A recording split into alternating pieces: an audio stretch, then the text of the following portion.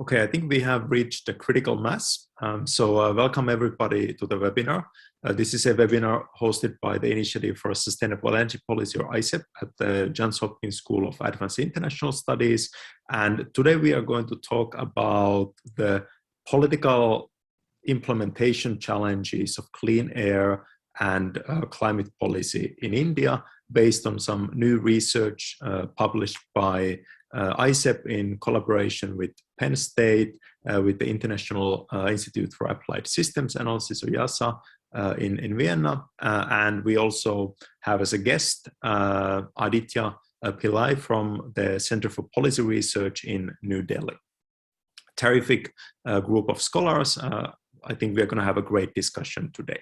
So the way we are going to do this is, first I'm going to ask our authors of the paper to give their presentation, where we briefly summarize the paper.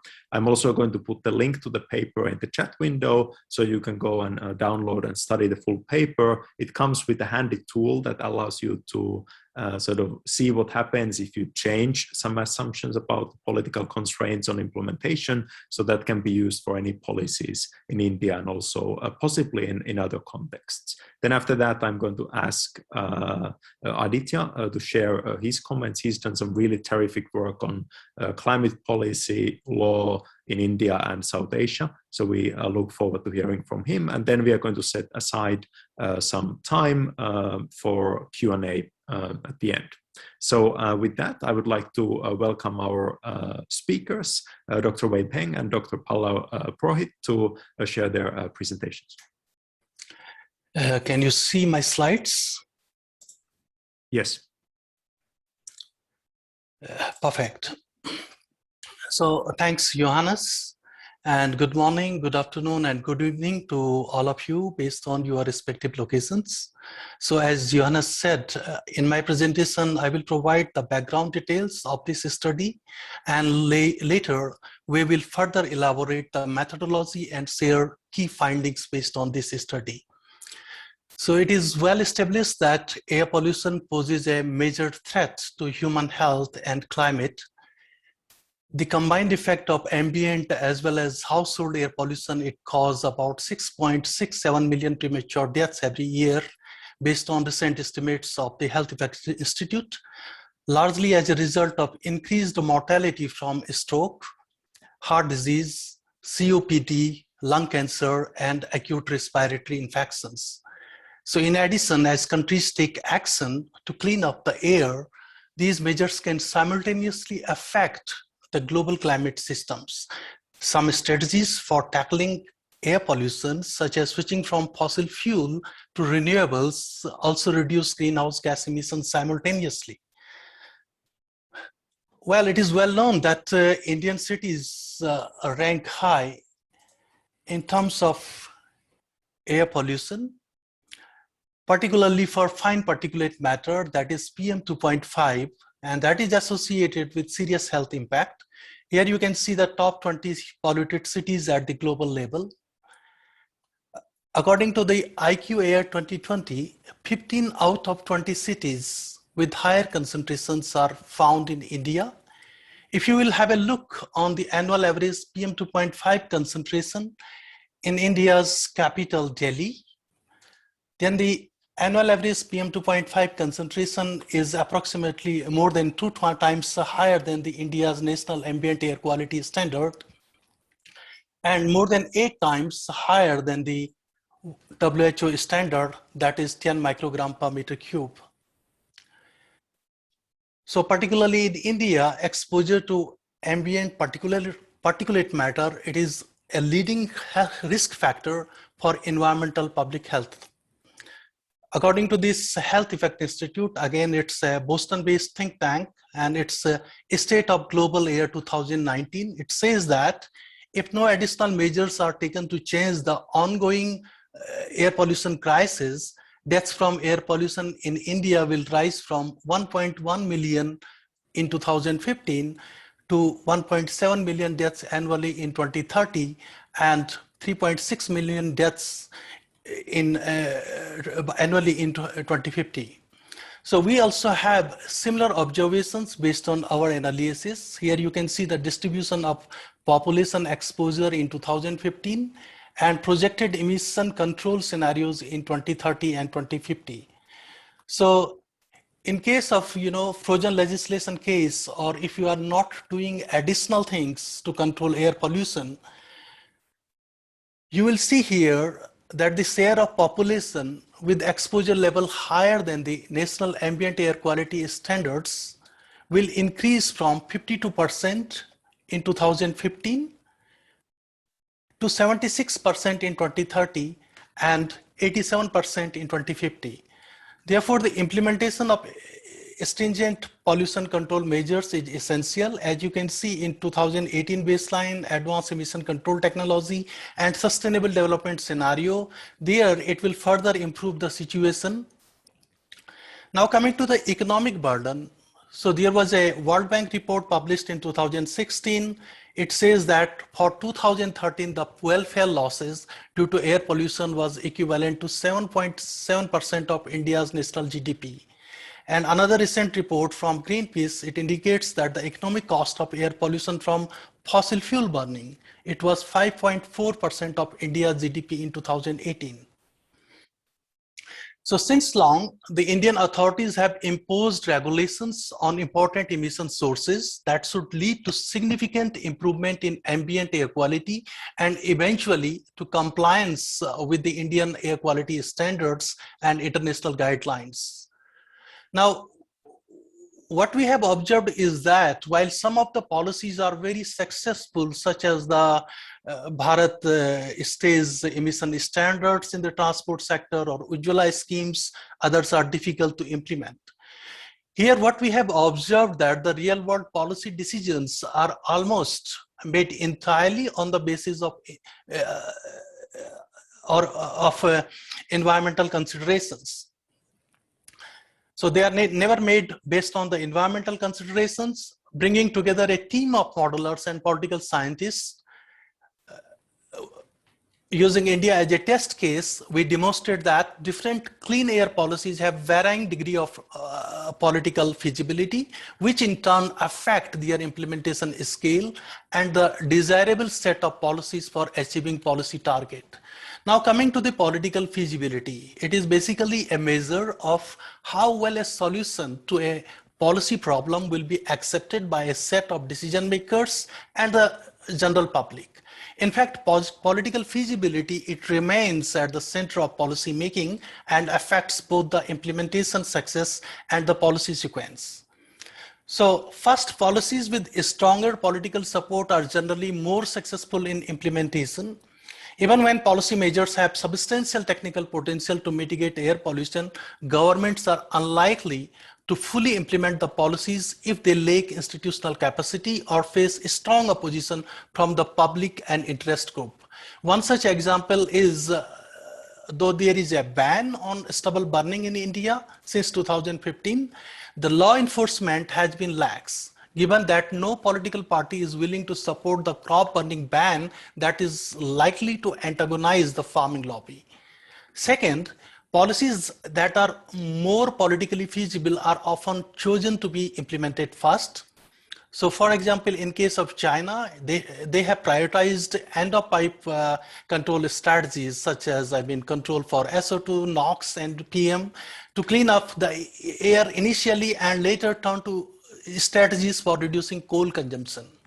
And this is largely because installing end-of-pipe control reduces air pollution while allowing for a continued dependence on coal. The former strategies cause less disruption to domestic coal interest group than the later strategy, which require a transition away from coal. So we measured the political feasibility score for each policy by adding the scores of 6 matrices: public opinion, market benefit, market concentration, organized interest, government concentration, and institutional capacity. And these 6 matrices, they represent 3 types of political economic considerations. First is public opinion, second is market structure, and the third is government capacity. Now, 2 years back, UNEP has published top 25 science-based solutions comprising 35 pollution control measures for clean air in Asia. So for the UNEP study, we used the IEA's World Energy Outlook 2016 special report on energy and air pollution scenarios that we have implemented in the GAINS model, and we have developed the current legislation as well as MFR scenario. So the current legislation takes into account the existing policies as well as the planned policies, and MFR scenario takes into account the best available technologies without considering the cost as a criteria. So here you can see the impact of current legislations. So that is relative to 2015. And this is the mean population exposure to PM 2.5 in Asia and Pacific. So the current legislations bring down your emission level up to 45 microgram per meter cube. Further, if you implement conventional controls, then it will bring down your emissions close to 35 microgram per meter cube. And if you further implement next stage measures, again relative to 2030 baseline, it will reduce your exposure level between 26 to 27 microgram per meter cube. And further, if you implement development measures, for example, road paving, switching towards clean cooking stoves and so on, then it will provide you WHO compliant air quality. And at the same time, there are co-benefits associated with clean air policies, such as, it will reduce the greenhouse gas emissions, except the current legislation case, because in that case, if you implement end of pipe control technology, it will increase your electricity consumption and it will increase your CO2 emissions as well as upstream methane emissions. But at the same time, you can see that black carbon emission is going down significantly. And in other scenarios, like conventional control, next stage measures and development measures, we have significant reduction in GHG emissions as well. And definitely then they lead towards SDG targets. So for this study, again, we have used the UNEP methodology as well as used the GAINS model. We again implement the IEA 2000 scenario for India in the GAINS model, and we calculate the emissions. We run this atmospheric chemistry transport model to calculate the PM 2.5 concentration and health impact. There is a huge database of measures in the GAINS to co-control 10 air pollutants and 6 greenhouse gases, and there is a cost associated with each policy measure. And for a given policy target, we run the optimization tool of the GAINS to identify cost optimal strategies to manage air quality as well as greenhouse gas emissions.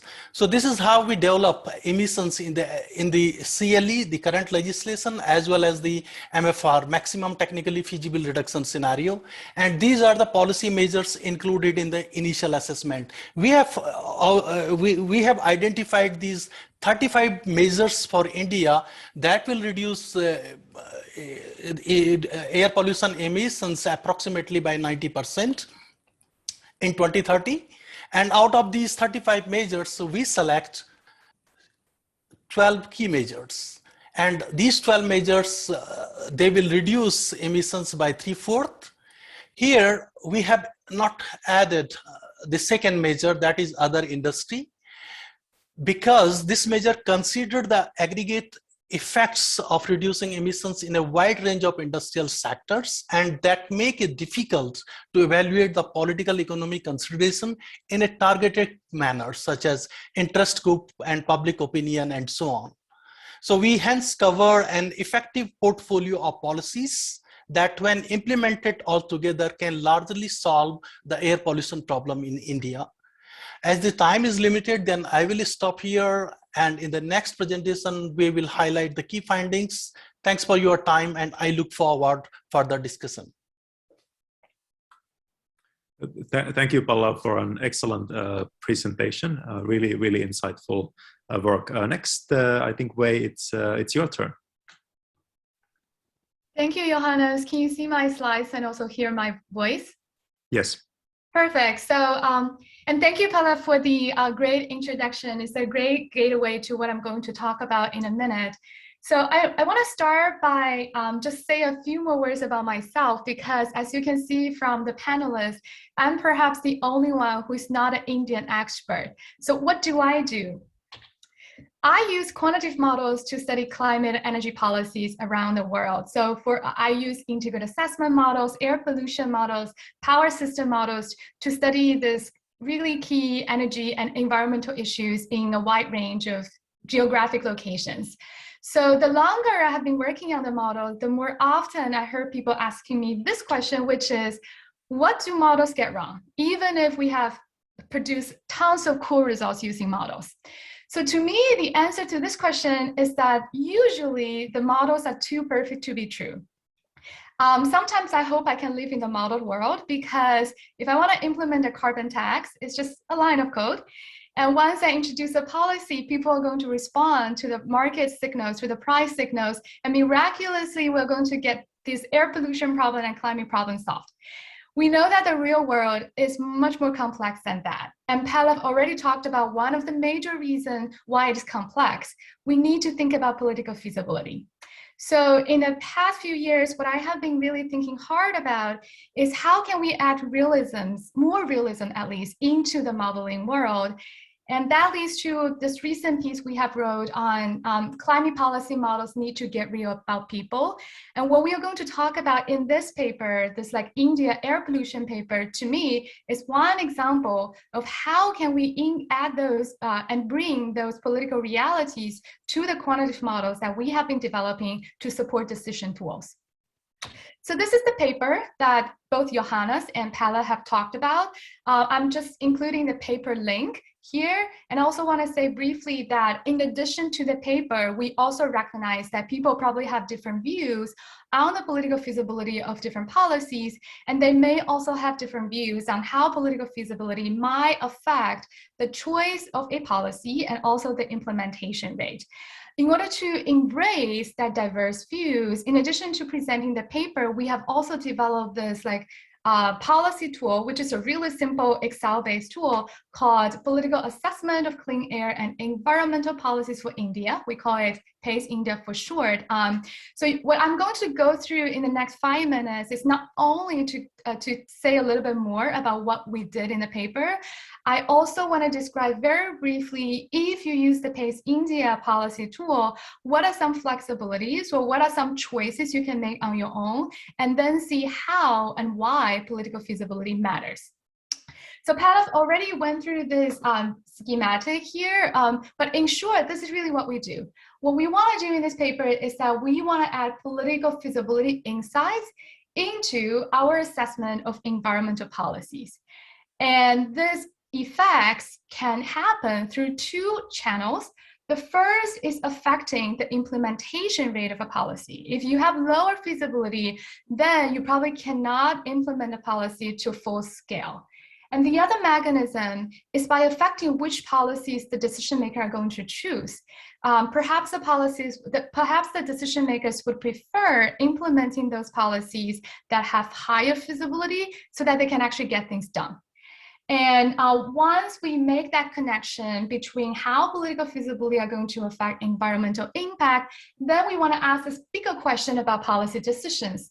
What portfolio of clean air policies can achieve the air pollution target, but at the same time protect the climate? And that is because, which I'm going to talk in a minute, some of the air pollution policies will also have an implication on climate because it co-reduce aerosols or it co-reduce greenhouse gases. I'm going to get to that very soon. Okay. So this is our step one. So Pallav in his presentation already talked about the UNEP report and that they did an initial assessment of 35 mitigation policies for India and looking at what will happen in order to reduce the air pollution health issues in India. So what we did here is that we first select the top 12 policies that have the largest potential to reduce nationwide air pollution in India in 2030. And here, I just want to provide a bit more detail on what are those 12 policies that Palab highlighted in red bars in his presentation. So you can see that we cover a wide range of policies across different sectors. Just to name a few, for example, in the power sector, we have Power One, which is use incentives to foster extended use of renewable energy. And at the same time, we want to phase out the least efficient coal plants. If we talk about industry sector, we have a policy which is in one, introducing state-of-the-art NOPEC controls for SO2. If you look at the transportation sector, one policy, Transportation One, is to seal unpaved road surfaces to reduce fugitive dust. If you look at residential sector, RES 1 is use clean fuel such as LPG. RES 2 is strictly enforce bans on the open burning of household waste, etc. And then agricultural sector, the first one is more efficient use of fertilizers, and Act 2 is strictly enforce bans on open burning of agricultural residuals. I'm almost certain that you don't remember anything, but what I'm going to do in the next few slides is that when relevant policies stand out, I'm going to remind you again, what is the specific policy we have in mind. So, but in short, this is our step one. It's kind of like a scoping analysis to select what policies, what clean air policies will be included as part of the analysis. Okay. And then we get to really the main point, which is for each policy, we want to assess the political feasibility score. And based on political economy literature, what we identify here are three main categories: public opinion, market structure, and government capacity. All of them have been found to affect the political feasibility of a policy. And within each category, for example, market structure, we further come up with three metrics, such as what is the market benefit and market cost? Do we expect a benefit or a cost to the market? And how concentrated the market? And also, is there a organized interest in the market? Similarly, for government capacity, we further include two metrics. One is government concentration, and the other institutional capacity. And then my political science colleagues on this paper did a fascinating job going through each policy and going through each metric and looking into the literature, sometimes it's gray literature, including news, and figuring out what will be the score for that policy, for that metric. And that is also why if you go to the supplemental materials of our paper, you're going to see like so many pages, really long justification for each score we give on this in this table. But after these process, what we have in the end is an aggregate score for each policy that's going to help us understand what policies are relatively more feasible and what policies are less. Just to name a few, you can see here that the highest political feasibility score based on our assessment is RES 1, which is using LPG in the residential sector, and Agri 1, which is more efficient use of fertilizers. Some of the lowest feasibility policies include Power 2. This is implementing NOx control on power plants. And you can see RES 2 and Agri 2 are low feasibility as well. Those are banning open burning of residential and agricultural waste. So the key point, another key point I want to make on this slide is that I'm almost certain that some of you are going to disagree with the scores we have here. And we want to embrace those divergent opinions, which I think is critical when we're really thinking about implementing real world policies. So what we allow users to do is that if you use the PACE India model, you can specify your own score for each policy and for each metric. And we believe this can provide the really transparent and also a dynamic platform for us to share our views on our assessment of political feasibility. So this is our step 2. And then our step 3 is to think about, if we consider political feasibility, how this is going to affect the implementation rate of a policy, as a result, the resulting impact on air pollution and climate. So this is what I mean. If you look at this panel A here, those like a solid black dots are the impacts on air pollution when you implement each of the policy to its maximum technical feasibility. So the most you can achieve by implement that policy to 100%. And then what you see from this like white dot is that what if we consider political feasibility, and what if those lower feasibility policies can implement to a lesser scale comparing with the others. That is why you see like a smaller reduction in air pollution impacts when you move from full implementation as shown in black dots to this white dots showing like lower implementation when you consider political feasibility. Not only air pollution impact are going to be affected, you can also see climate impact are going to be affected. So even though most of the policies have limited climate impact, they are really close to the zero line. You can find two policies that are actually going to have a co-impact on climate. One is IND1. This is removing SO2, is installing SO2 controls industrial power plants. Once you install that, you remove SO2. As a result, you reduce cooling aerosols. So that is why this is a policy with an increase in climate impact. So there's a co-harm for the climate by implementing that policy. In comparison, there's another policy, which is Power One. This is where you increase renewable energy use and also shutting down least efficient coal units. If you have that policy in place, you co-reduce greenhouse gases along with air pollution. So that is why you can reduce a lot of CO2 emissions. But because this policy doesn't have very high political feasibility, once you consider partial implementation by scaling back your implementation scale, you see smaller co-reduction in CO2 emissions. Again, what we did in this paper is that we assume implementation rate increases linearly with political feasibility score. But one could imagine that the relationship can be nonlinear. So that is one flexibility we allow users to choose in PACE India. You can choose convex or concave shape of this relationship. You can even choose the curvature if you want. So in short, you can explore more in the PACE India policy tool. Next step. So next step is thinking about you have 12 policies you can choose from. What policies are you going to implement first? And because of this different policy sequences, what does it mean for the cumulative impact? So, so what we find is that it matters, especially whether or not you prioritize like clean up the air, or you prioritize implementing the policies that are most feasible first. This is what I mean. If you look at our sequence one, this is we prioritize just clean up the air. We implement policies from high to low air quality co-benefits. And that's this brown line here. So as you implement more, you get more reduction in air pollution. And the other sequence two is, what if I don't care? I care about air pollution, but I want to make my choice based on which policy are most feasible.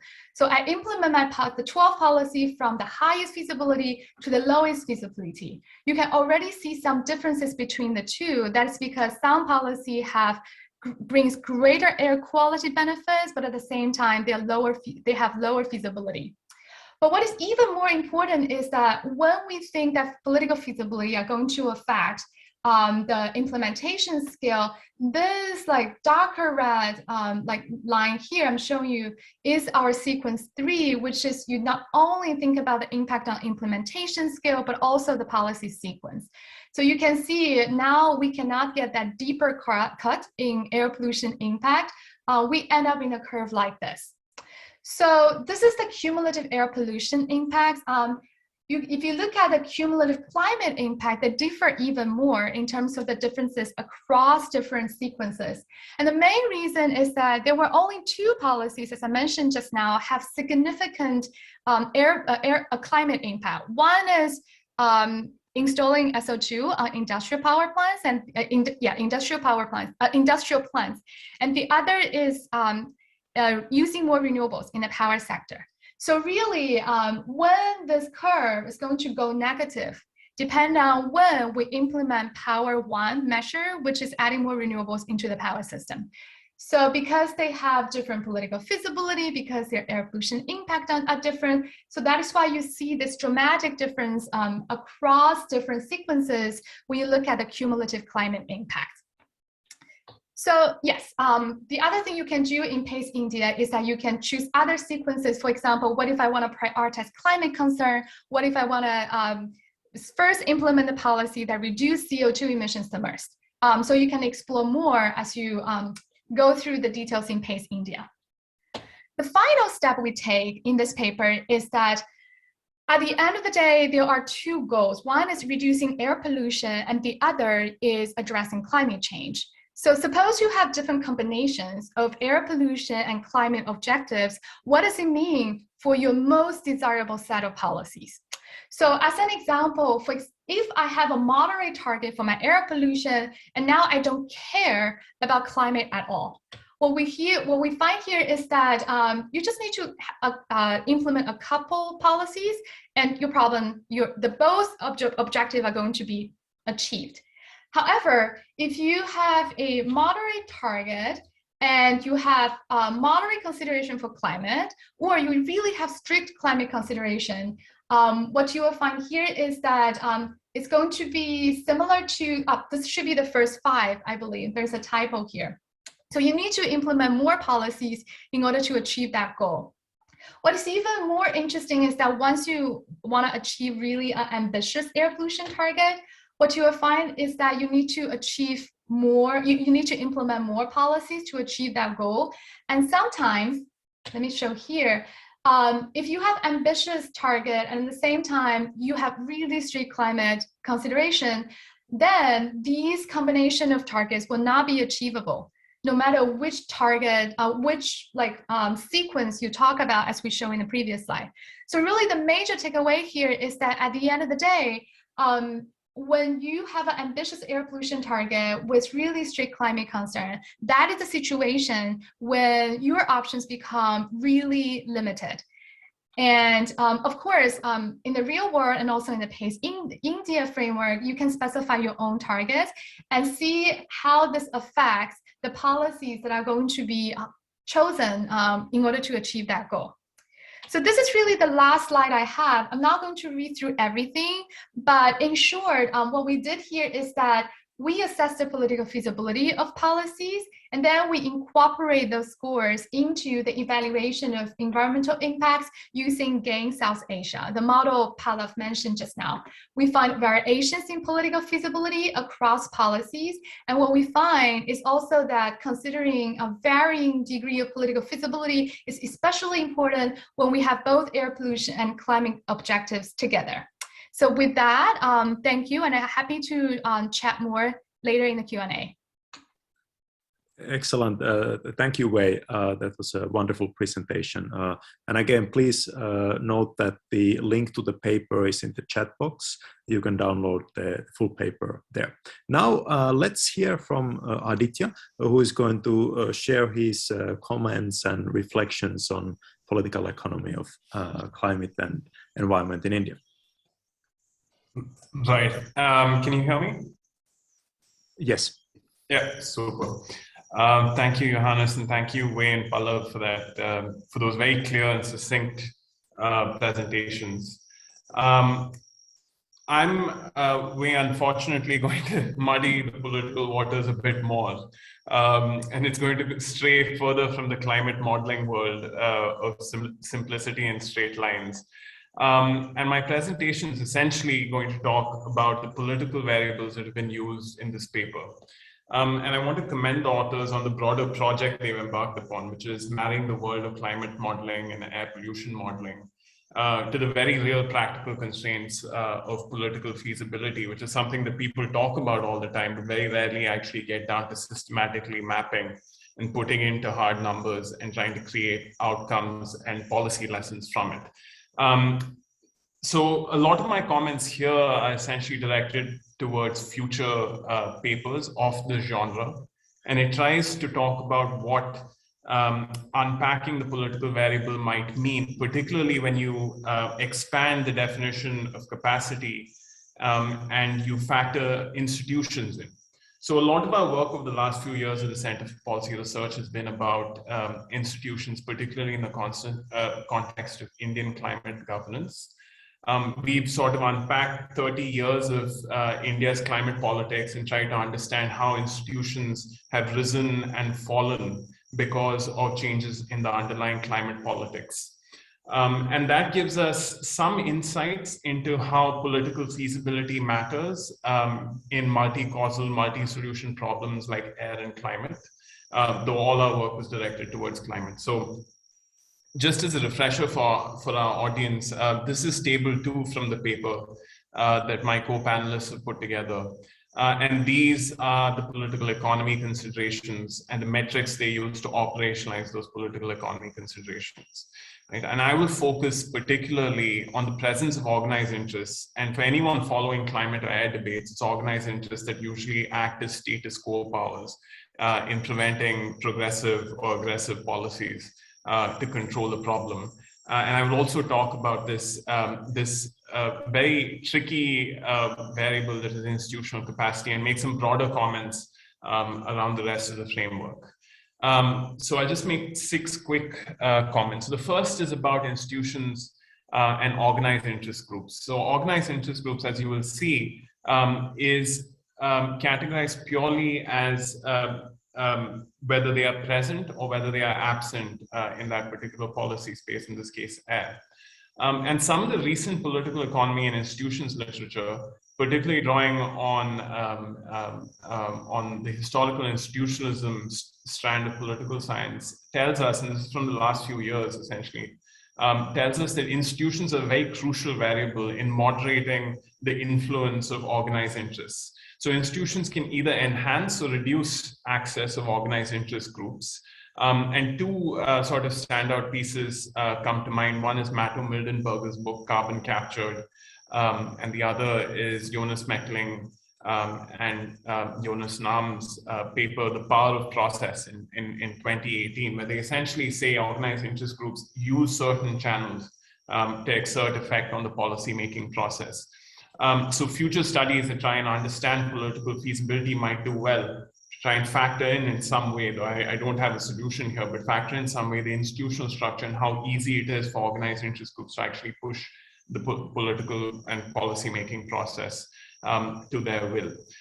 This is particularly important at lower levels in India, something we found particularly in the federal politics of climate governance, where organized interests are much closer to the centers of power and usually have informal networks, kinship networks, and long-standing relationships with the people, including the bureaucracy that makes decisions.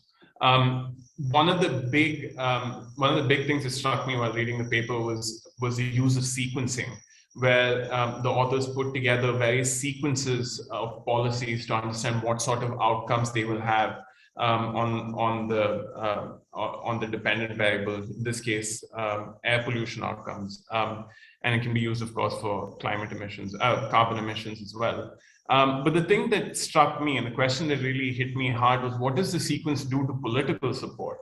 And this is something that is addressed in other parts of the politics literature, but it's incredibly complicated and hard to, of course, fit into a model. But I thought it's worth mentioning, because the sequence of policies will probably have an effect on the political acceptability or feasibility of the broader project of controlling air pollution or controlling carbon emissions.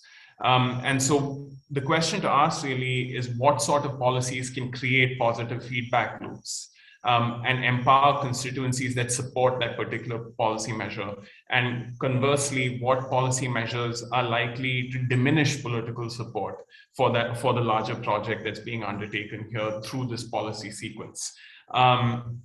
And so this draws from Paul Pearson's work on policies and time. He has a very nice quote there, which he says, we should view politics as a moving picture rather than as a snapshot. And my sense is, the optimistic reading, and one of the reasons to plug this in, and this is coming from a slight sense of despondency, where in the paper some of the more ambitious outcomes are sort of ruled out with political feasibility concerns.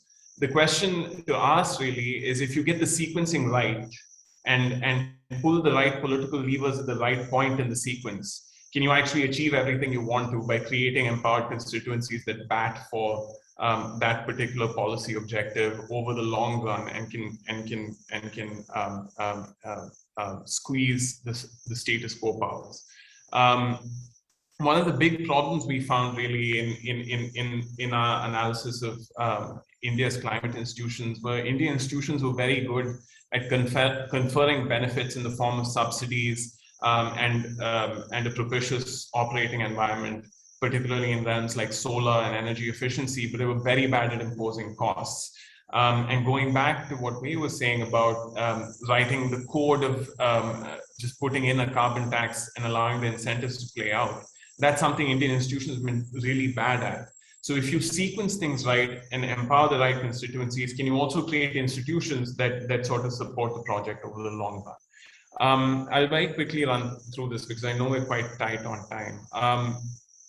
Capacity, as I mentioned earlier, plays a central role. And I must congratulate the authors for tackling this highly amorphous subject, really. One of the things that struck me is the institutional design for multi-causal problems is probably quite important in activating this capacity. And to put it provocatively, if you have specific capacity created to solve a policy problem, it might be completely dormant without the right enabling environment. And India's climate governance really does show this, because you had constantly, you had centrifugal forces constantly pulling in different directions over the last few decades, particularly through the National Action Plan on Climate Change, where different ministries actually wanted to serve their own interests rather than the broader ambition of climate co-benefits through the NAPCC. We also see that through the MOEFCC, which is the nodal agency or the nodal ministry for climate governance. And it lacked the bureaucratic heft to push the climate agenda through the larger cabinet. In the air pollution realm, the CAQM creates a new body, an air pollution czar, if you will, to solve the air pollution problem and coordinate across various jurisdictions, including different states. So it's an open question whether that institutional variable will actually unlock capacity or further diminish it. And state level feasibility is of course a big concern. The authors mentioned this in the conclusion, but a lot of these policy decisions and the capacity to execute is actually further down in the Indian Federation at the local level with urban local bodies and village panchayats, and also at the state level. And so what are the incentives for state action? And are there incentives here, and ways of operationalizing this neatly might include whether there is central support for this, given the fact that most Indian states are dependent on fiscal transfers from the center, and very few have the capacity to embark on ambitious policy projects on their own. And a lot of the financial firepower comes from centrally sponsored schemes and through devolution through the Finance Commission, and through just the regular devolution from the center to the states, more regular channels of devolution. So if this policy sequence is to succeed politically, there has to be some level of alignment there. And I'll end maybe with some of these tricky metrics, which I thought were quite important, hard to operationalize again. But the metric of symbolism, I think, is quite important. In the air pollution debate, this currently plays out through those towers in the sky, the smog towers that they say will dot the Delhi skyline. And in previous generations, it was the temples of modern India and dams, gleaming solar fields, which we've seen prime ministers and chief ministers flock to in recent years. And finally, something I'm working on at the moment, seawalls, which are a symbol of safety and assuredness against raging nature. And so this is political catnip, and this is and it might privilege a smog tower over an end of pipe solution. So it's worth thinking about that. And finally, what about the rent seeking? And this again, the authors do talk about and say it's very difficult to think about it because we don't know which directions to pull in, because it can incentivize stuff, but it can equally make sure that policy measures are never fully effective. But my thought there was that different policy measures have different levels of rent-seeking incentive built into them. So subsidy might actually be less of a rent-seeking factor than, say, a large infrastructure project. Johannes, I think with a little over time, I actually have 2 more slides, but I think maybe I'll just spare the audience. Excellent. Thank you, Aditya. Really interesting and insightful comments and thoughts on a wide range of directions where this kind of research could go in the future. So that's always good to hear that there's a lot of work that still needs to be done. So with that, I think we are now done with the presentations, and we do have another 10 to 15 minutes for any questions. If there are any questions from the audience, you can use the Q&A function for that. I'm happy to moderate the discussion. I don't see any questions yet. So in the meantime, Aditya, I actually have a question for you.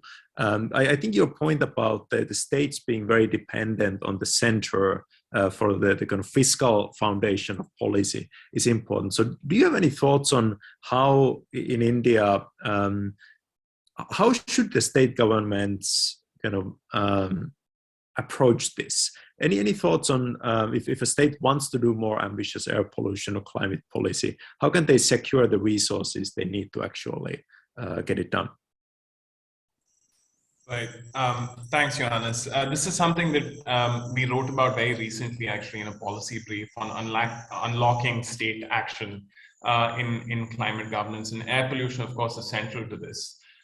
It actually involves, I think states can petition for more money and more funds, of course, but it actually involves turning a lot of central institutions green.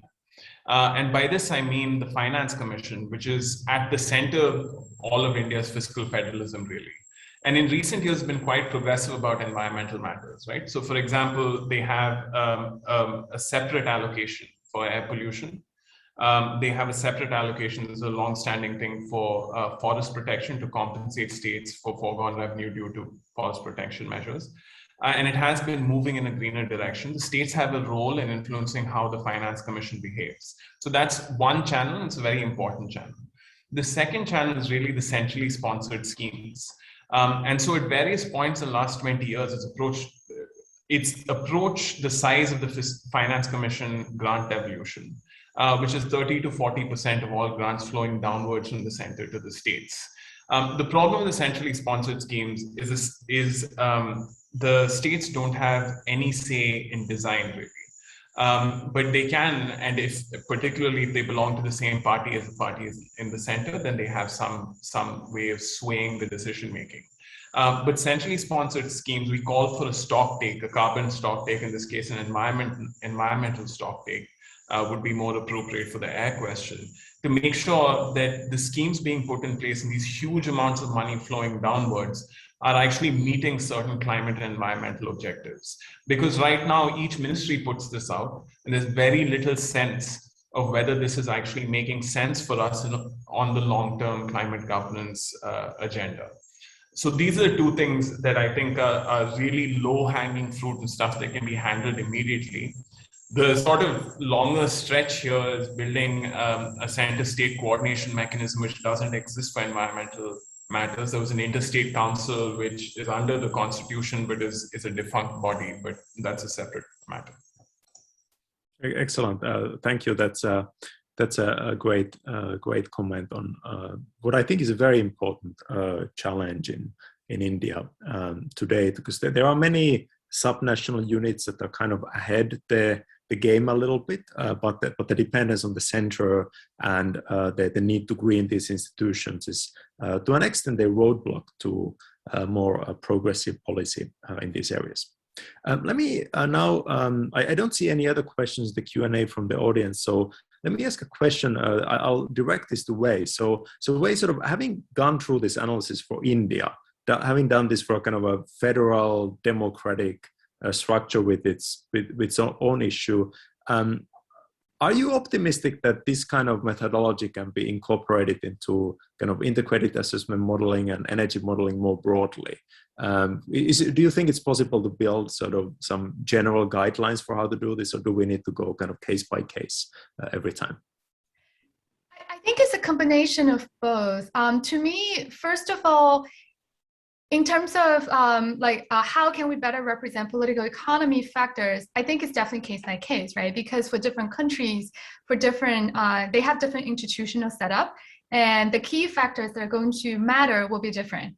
So think of like India, China, United States. If we do exact same question, if we add this exact same question about how to build how to add those political economy factors into air pollution assessment, my guess is that the metrics probably are going to differ, or at least we need to add a few more metrics for China and United States when we have those countries in mind. So from that perspective, I think it's case by case. But more broadly, I think your question is there like a general rule of thumb? How should modeler approach this question of adding those factors in? I think the general approach we take here is applicable at the setup. So I think first of all, we need a team, right? So I think this really goes beyond my comfort zone as someone who do coding all the time. So we need people like you and Palaf and others, like really are experts on India issues, especially from the political economy point of view. We need to work together and identify what are the important things to be included in the model. So I think this is like the generalizable lesson one. And I think the other lesson I have learned from this experience is that to think about how to operationalize is important. So the approach we took here is that we have political feasibility score, and then we identify two ways how a political feasibility score can affect policy choices and implementation. And I think this is a critical choice here to think about which part you really want to endogenize. Using quantitative algorithms in the model. So I think this is going to be I would say it's a key challenge for any modelers who are thinking about adding political economy factors. What factors should be included and how to operationalize, which part of it has to be exogenously given. In our case, it's those scores, but which part you want to endogenize. And I think it's the latter part, which part to endogenize is even more important because, you know, in the model world, once you change one numerical number, like everything else is going to change. So to me, it's really a combination of case by case, understanding what is important, but at the same time, there's a general lessons we can learn how to make it work in order to make concrete research steps. Got it. That makes a lot of sense. So you can think of the political system in many ways is more complex than the energy system. And we know that the energy system already is itself extremely complex, right? So that means that we may need to do kind of more interpretation on a kind of case-by-case basis. But at the same time, of course, we do hope that we, in the end, come up with some general guidelines, kind of similar to political science, really, right? So if you think of the study of institutions, there is a group of authors who study, let's say, Indian political institutions specifically. But those scholars, as we saw already, for example, Aditya's presentation, do borrow from research in other areas. So I think finding the right balance between these and finding a good way to kind of build up to a more general and applicable framework is a good way to go here. So with that, I still don't see any questions from the audience. So I think we can move to the conclusion here. So first of all, I'd like to thank all of the presenters for taking the time. Excellent presentations, really insightful work. For those in the audience, we are recording this session and it will be available. So please make sure to promote it through your social media channels once it comes out so that more people can take a look at this, and do check out the paper, the tool for the political scores, and also you can see in the chat box there's also a link to the games model itself. So if you're interested in understanding the sort of air quality, climate, and energy side of things, that's also available. So with that, I think we are done with today's webinar. Thanks everybody for joining us. It was great to have this discussion, and I certainly look forward myself to continuing the work with Palau and Wei, and hopefully Aditya will have a chance to work directly with you on some of these issues as well.